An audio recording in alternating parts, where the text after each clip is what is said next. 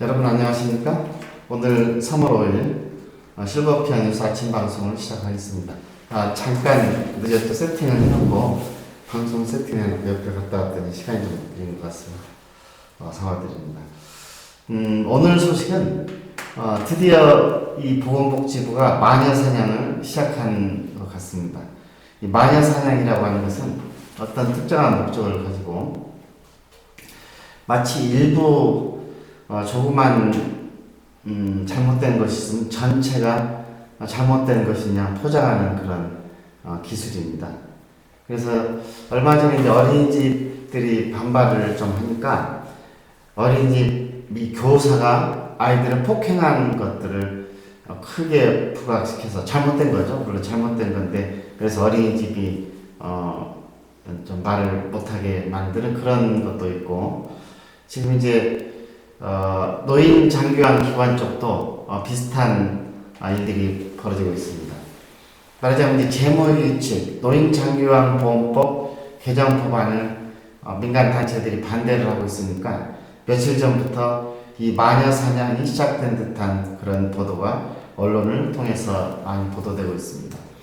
이 마녀 사냥의 특징은 마치 아주 극소수의 일들이 벌어지는 것을 모든 사람들이 다 그렇다는 것처럼 포장하는 그런 형태고, 또 아주 조금 허술하게 억지로 갖다 붙여서 결론을 만드는 그런 형태가 많이 보입니다.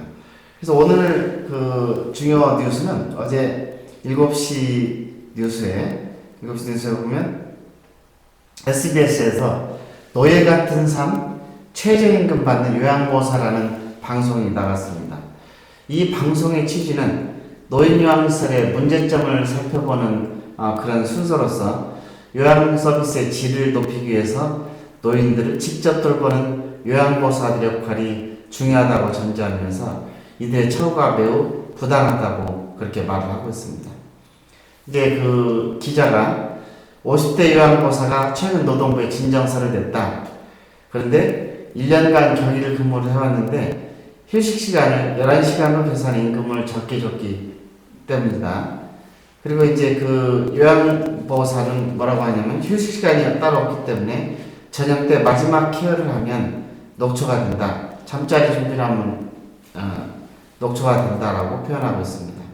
그리고 기준에 따라 요양보호사를 32명 고용해야 되는데 20명만 고용해서 노동에 시달렸다고 말을 하고 있습니다. 그러면서 완전 노예다. 일의 노예, 빨래하는 사람인지 청소부인지.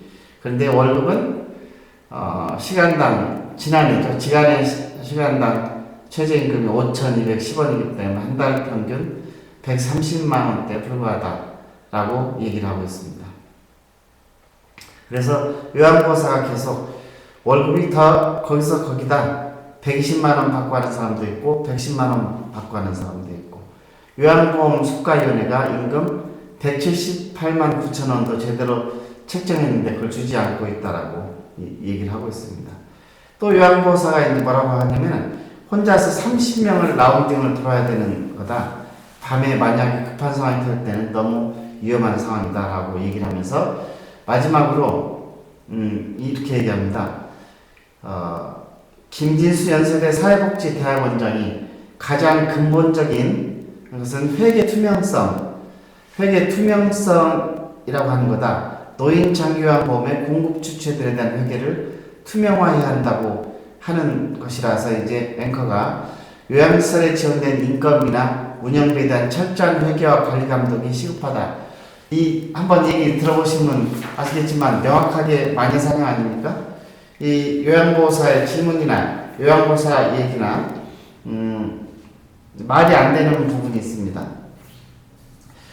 법적으로 요양보호사를 32명 고용해야 되는데 20명만 고용해서 운영한다고 하면은 그게 노동의 얘기가 아니라 직원들의 얘기가 아니라 이 공단에서 가만히 있습니까?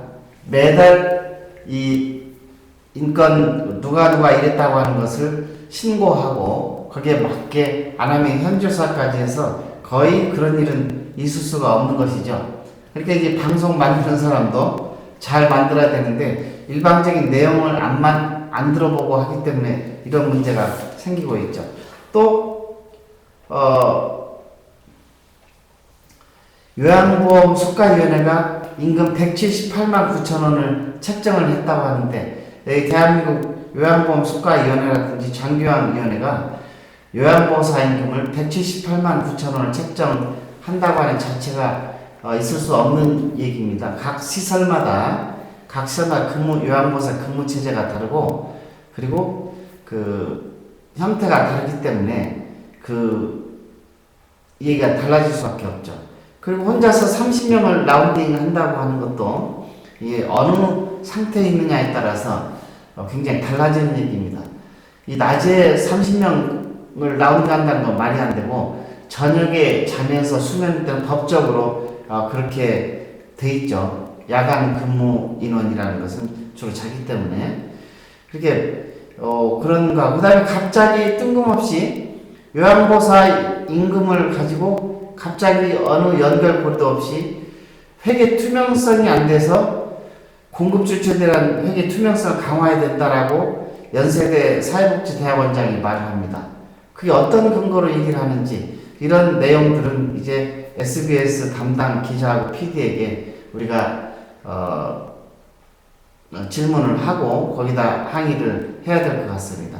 그래서 어젯밤 3월 4일 9시 15분 SBS 뉴스를 다시 한번 우리가 사이트에 올려놓겠습니다. 그 내용들을 좀 봐주시고 그러더니 며칠 전에는 또 이 노인 잡는 요양시설 다리 절단 수술에 반신불구됐다 하는 그런 얘기가 나옵니다. 그래서 서울의 한 구립요양원에 입소한 83살 할아버지인데 오른쪽 다리가 무릎부터 잘려있다.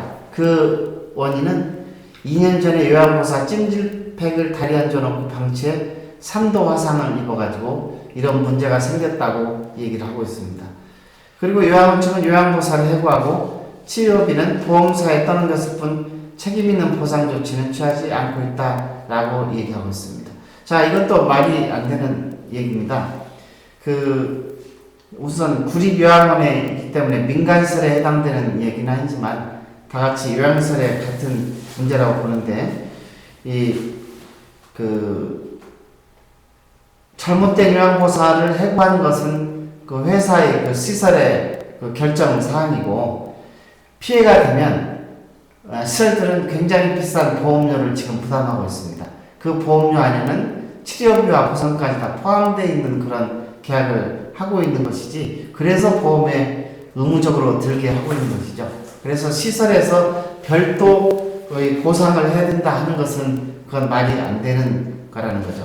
이것도 그래서 또 어느 요양공원에서 살짝 내려다 폭삭 주저하니까 척추뼈가 금이 갔다라고 하는데 이 노인의 기본적인 특성입니다. 그게 요양시설의 잘못이 아니고 물론 일부러 밀었다거나 인위적으로 잘못한 것은 요양시설에 하지만 걸어다니다가 주저앉는 경우는 그건 집에서도 있을 수 있는 얘기고 어디서도 있을 수 있는 아주 노인의 그 근본적인 문제죠. 그런 것들을 가지고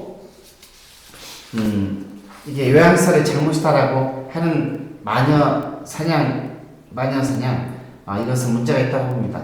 그래서 역시 JTBC 뉴스에서는 이러한 원인을 우후죽순 드러나는 요양병원과 요양원 때문에 문제가 생긴다라고 생기라는데 요양병원과 요양원이 우후죽순 늘어나도 요양병원은 1339개, 요양원은 4897개로서 10년 사이 11배와 14배 급증했다고 하는데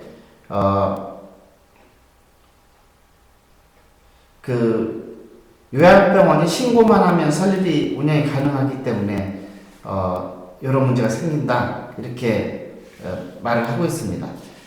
그래서 이제 이런 내용도 말하자면 그저 전체에 있는 문제가 아니고 일부분이 겪고 있는 그런 문제를 모든 기관들이 다 겪고 있는 문제로 오도하고 그렇게 하는 것들이 지금 문제가 되는 것 같습니다. 그리고 이제 어제 나온 뉴스입니다. 어제 나온 뉴스인데, 새정치민주연합 부좌연 의원, 안산 단원군에요. 부좌연 의원이 새로운 대표 입법 발의를 했습니다.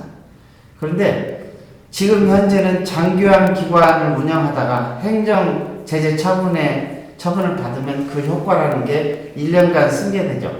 승계 범위가 주로 배우자나 직계 혈족에 대한 건데, 이번에 부좌연 의원이 대표 발의한 내용은 형제 자매 및 사촌 이내 친족까지 확대하는 내용의 그런 법안을 발의했습니다. 왜 그렇다고 얘기를 하냐면, 행정체제를 피하기 위해 행정처분을 받은 장교양기관을 폐업 신고한 뒤 종전 대표자의 친인척 명의로 새로운 장교양기관 설치 신고를 해 운영하는 사례가 다소 발견되고 있기 때문에 이렇게 한다, 그렇게 되어 있습니다. 이러한 기관들은 대표자의 설장 명의만 변경했을 뿐 행정체제 처분을 당한 종전의 장교양기관 운영자와 차이가 없어 반복적인 부당행위가 계속 발생할 위험이 있다고 지적을 하고 있습니다. 그래서 이것을 형제 자매와 사촌의 친족까지 확대해서 운영 질서를 확대하겠다고 하는 그런 대표 발의인데, 여러분은 어떻게 생각하십니까? 이 대표 발의가 타당하다고 생각하시는지 우리가 다시 한번 검토를 좀 해봐야 될 것 같습니다. 사건상 소식, 3월 3일날 뉴스, KBS 뉴스에서 치매 노인이 요양 물탱크에 빠져서 사망했는데, 말하자면 법 규정이 상반된다는 게 화근이다. 이번 실문과 계단 출입문을 잠그지 않았던 게 화근이라고 하는데, 계단 출입문을 잠그면 소방시설법 위반이 되고 열어놓으면 노인복지법 위반이 되는 그런 법적인 문제가 있다는 겁니다. 요양원 지하실에 있는 소화용 물탱크에서 빠졌는데, 이 문제를 2층 입원실 방문을 잠그지 않은 요양원 측의 관리 소홀이 첫 화근이었다고 하고 있고, 또 출입문이 잠겨있다고 화를 막을 수 있었는데 출입문을 잠그지 않아서 이런 문제가 생겼다 하는 것입니다. 소방시설법을 따르자면 계단문을 열어놔야 되고, 노인복지법을 따르자면 반대로 문을 잠궈야 한다고 하는 것이 문제입니다. 이제 이런 법적인 문제가 고쳐져야 된다 하는 그런 방송을 했네요.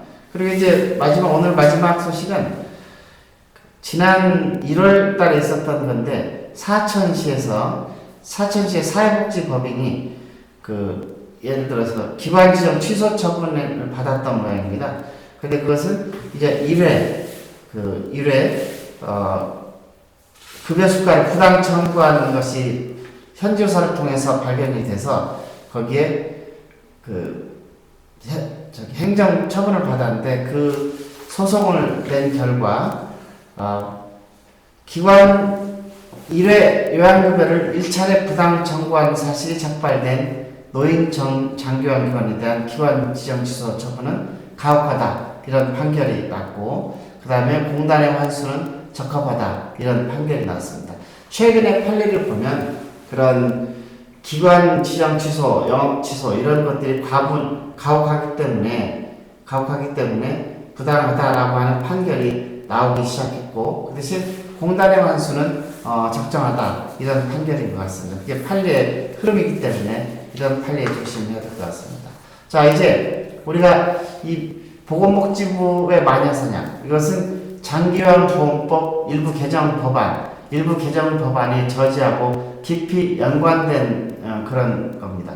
그래서 노인 장교양기관 대연합회 장대연에서는 다음 주 정도에 우리 협회 단체 기관 리더분들을 모시고 아마 지금까지의 성과라기보다는 지금까지 우리들이 했던 일을 한번 정리를 해보고, 앞으로 노인 장교양법 보험법 저지를 위해서 어떤 로드맵을 가지고 어떤 방향성을 가지고 힘을 합할 것인지 하는 내용들을 정리를 하는 그런 시간을 갖도록 할 것입니다. 그런 리더분들에게는 공지를 할 거고, 리더가 아니신 분들도 같이 참여를 해주시면 좋겠습니다.